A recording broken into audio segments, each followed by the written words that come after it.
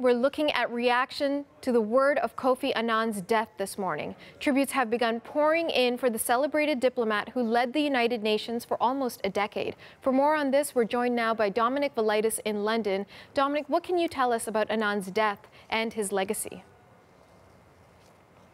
Well, Natasha, Kofi Annan's aide said he passed away peacefully today in Switzerland following a short illness, and that his wife and 3 children were by his side at the time. Kofi Annan was 80 years old. He was originally from Ghana, and he was, of course, the first black African to take up the role of UN Secretary General, a position often described as the world's top diplomat.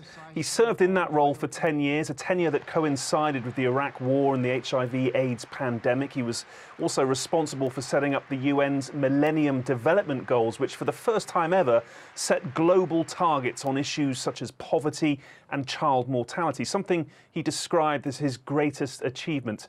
A Nobel Peace Prize winner, his diplomatic work continued even after he retired from the UN, with his most recent role chairing an independent commission investigation into Myanmar's Rohingya crisis. Natasha.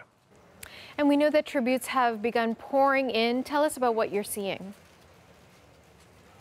Yeah, as you'd expect, there's been plenty of reaction already today. Let's start, though, with Antonio Guterres, the current Secretary General of the United Nations. In a statement, he said, "In many ways, Kofi Annan was the United Nations. He provided people everywhere with a space for dialogue, a place for problem solving, and a path to a better world. His legacy will remain a true inspiration for all of us." We've also heard, Natasha, from the British Prime Minister Theresa May on Twitter. She said, "Sad to hear of the death of Kofi Annan, a great leader and reformer of the UN. He made a huge contribution to making the world he has left a better place than the one he was born into."